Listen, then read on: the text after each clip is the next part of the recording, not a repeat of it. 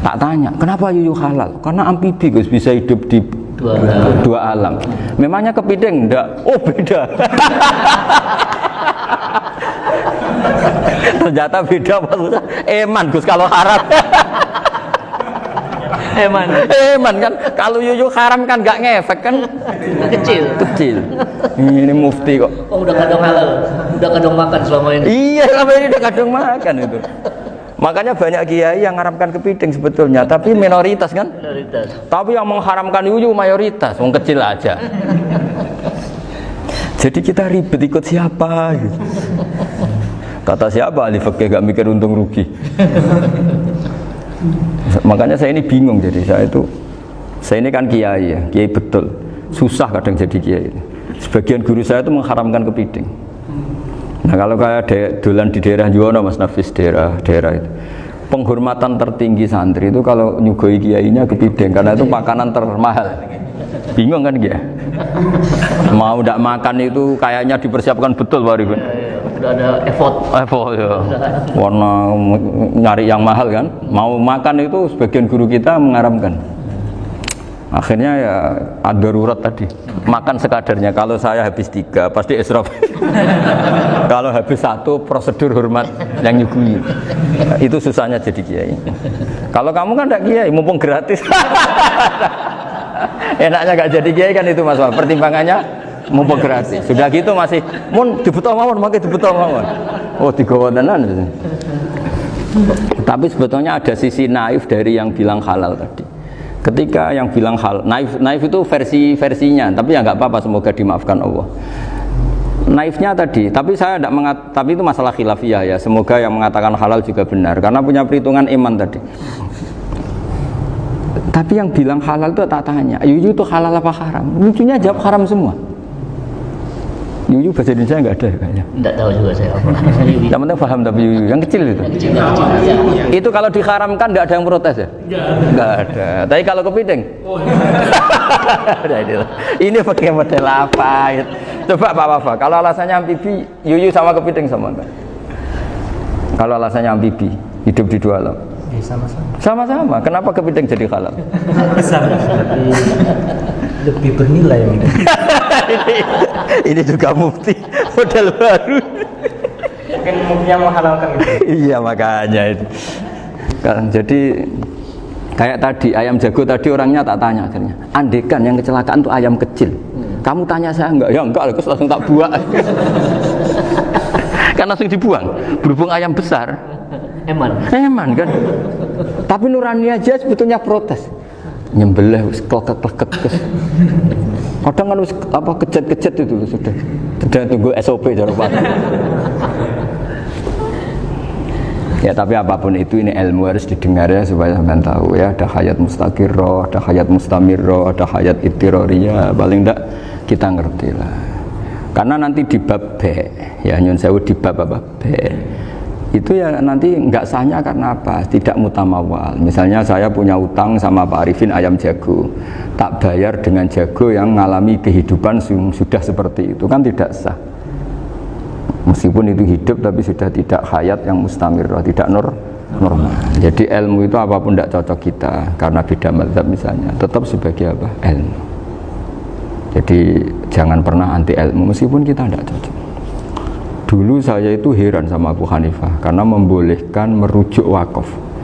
Wakaf itu kan nggak boleh ditarik kembali dalam mazhab Syafi'i dan hampir semua ulama bilang gitu. Tapi kalau kata Abu Hanifah, jika nazir yang nerima itu tidak sesuai rencana kita, keinginan kita, itu boleh narik kembali. Fa innal waqfa atiyatun mahdhah, kata beliau.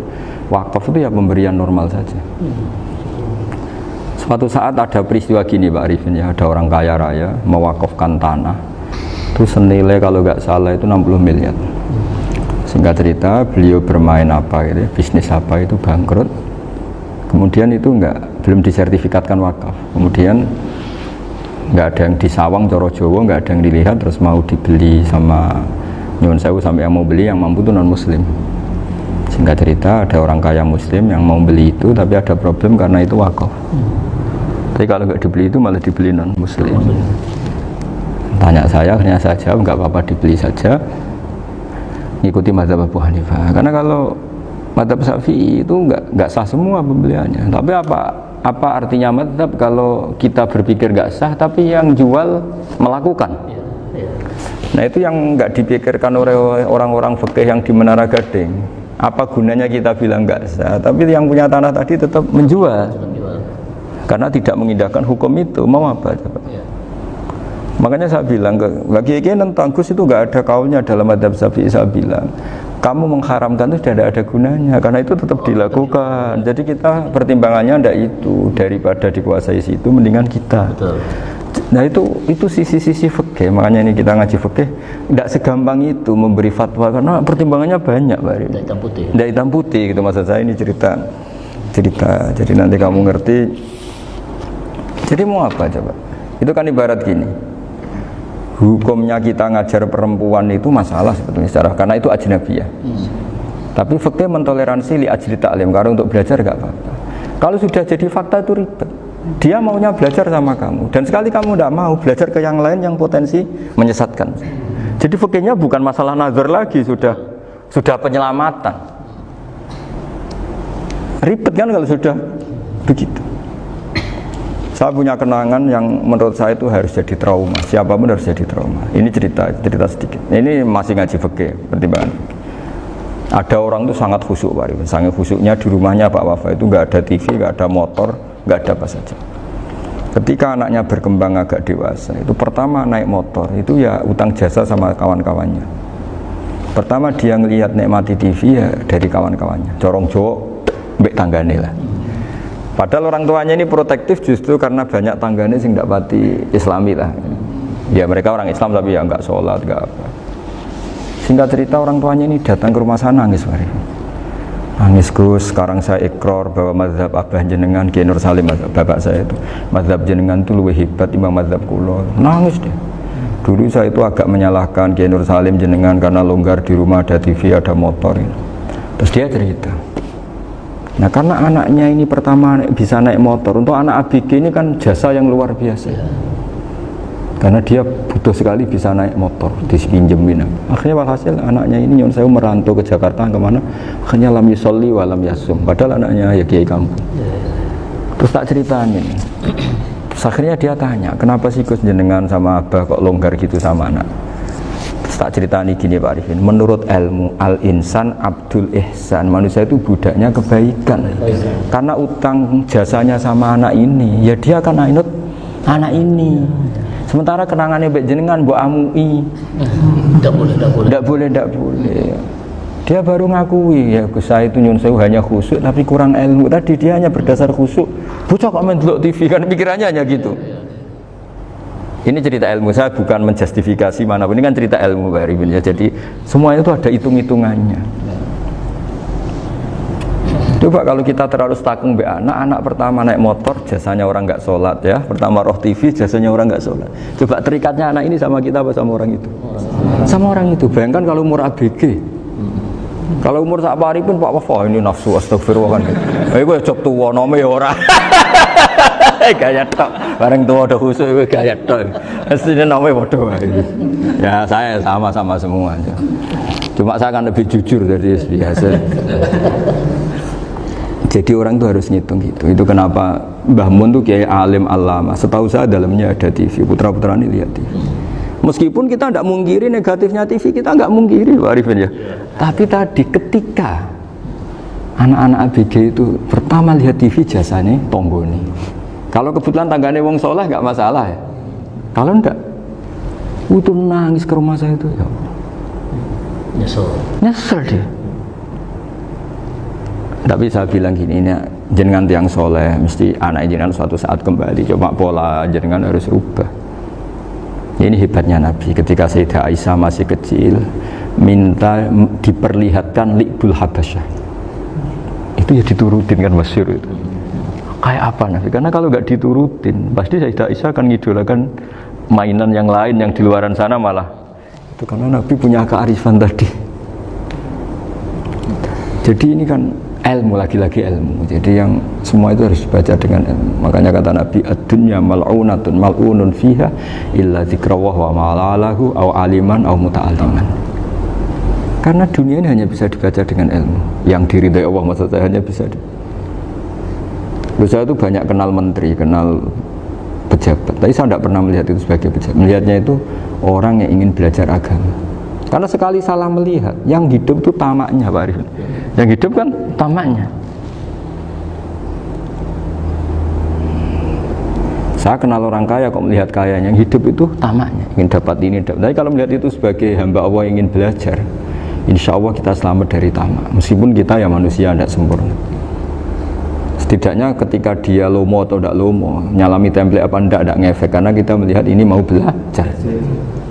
Tapi kalau kamu didorong tamak, katanya orang kaya ternyata nggak tahu haknya kiai, ribet kan? Ribet. Ya kalau kamu punya santri cantik ya lihat itu sebagai santri kamu. Jangan melihat ini mau nggak sama saya, kalau enggak ya wah ya ribet kalau gitu.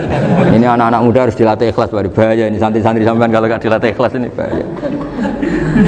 Karena ini belum punya penggemar pejabat, paling ya anak-anak yang ya tadi ABG. Jadi lah Sarah kembali lagi Sarah itu membicarakan itu detail.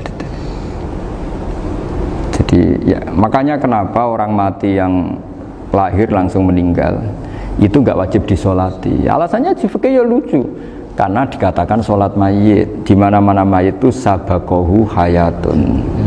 Di mana-mana namanya mati itu terdahului oleh hidup. Nah ini nggak pernah hidup langsung mati. Jadi fikih itu yang kadang lucu. Ya gitu aja alasannya.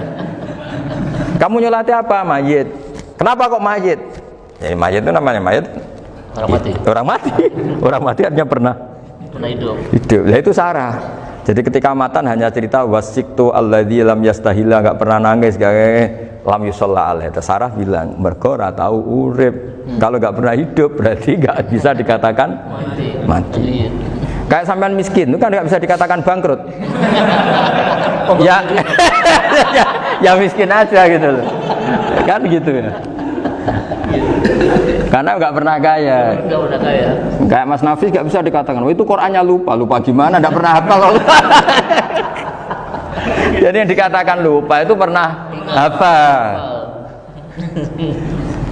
Nggak lupa nggak apa, Gus Qurannya lupa, gaya nggak pernah hafal kok bilang apa? Lupa gitu. Nggak boleh Pak Wafa bilang saya ini bangkrut apa? Nggak pernah kaya kok bangkrut kan? Jadi semua itu ada aturannya itu. Nah itu Sarah, lagi-lagi Sarah. Jadi bahkan banyak yang syarhun ala syarhin. Jadi kayak kitab takrib itu disarai Fathul Qorib. Jadi Fathul Qorib itu sudah Sarah.